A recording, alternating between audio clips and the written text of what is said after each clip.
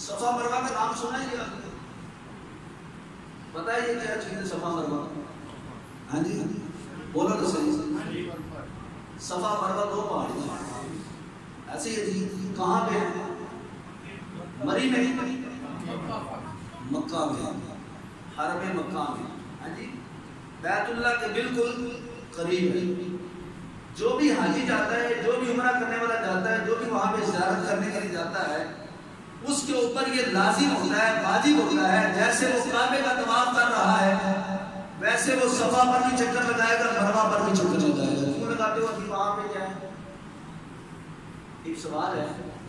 چلو جن کو پتہ ہے وہ تو پتہ ہے, اگر نہیں پتہ تو میں دوبارہ بیان کر دیتا ہوں. وہاں پہ کیا ہے؟ حضرت اماں ہاجرہ رضی اللہ تعالیٰ عنہ کے قدم لگے ہیں اور ان کے قدموں کی برکت سے وہ جگہ اتنی مبارک ہو گئی, اتنی مبارک ہو گئی کہ اب قیامت تک کے لیے ہر حاجی, ہر عمرہ کرنے والا اس پر یہ واجب ہے, لازم ہے کہ جو بندہ رب کے کعبے کا طواف کرے گا وہ بندہ ان دونوں پہاڑیوں کے اوپر بھی چکر لگائے گا.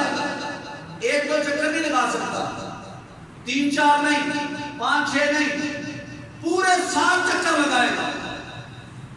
چلو چکر لگانے 2 3 لگا کر بندہ بیٹھ جائے, بیماری بھی تو ہو سکتی ہے, کوئی بندہ بوڑھا بھی تو ہو سکتا ہے, کوئی بندہ کمزور بھی ہو سکتا ہے, تھکاوٹ بھی ہو سکتی ہے. فرمایا نہیں, چکر تجھے 7 لگانے پڑے گا, چاہے تو بیمار ہے, چاہے تو ویل چیئر پہ ہے.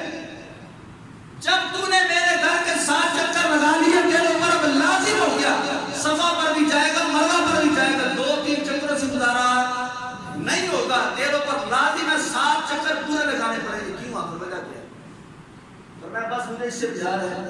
یا اللہ پیار کیوں؟ پہاڑ ہے, پتھر ہے, کیوں پیار ہے؟ اور میں پیار کے پتھروں کے ساتھ اس وجہ سے ہے کہ جہاں پر میری ایک مقبول بندی کے قدم لگ چکے ہیں. قدم جہاں پہ اللہ کی بندی کے لگ جائیں, اللہ کی ولیہ کے لگ جائیں, نبیہ کے نہیں ولیہ کے لگ جائیں, وہ جگہ مبارک ہو جاتی ہے. ان الصفا والمروہ من شعائر اللہ. اللہ فرماتا ہے یہ تو میری نشانیوں میں سے ایک نشانی ہے. خالی چکر نہیں لگوائے, رب قرآن کا بیان فرماتا ہے, فرمایا یہ میری نشانیوں میں سے ایک نشانی ہے.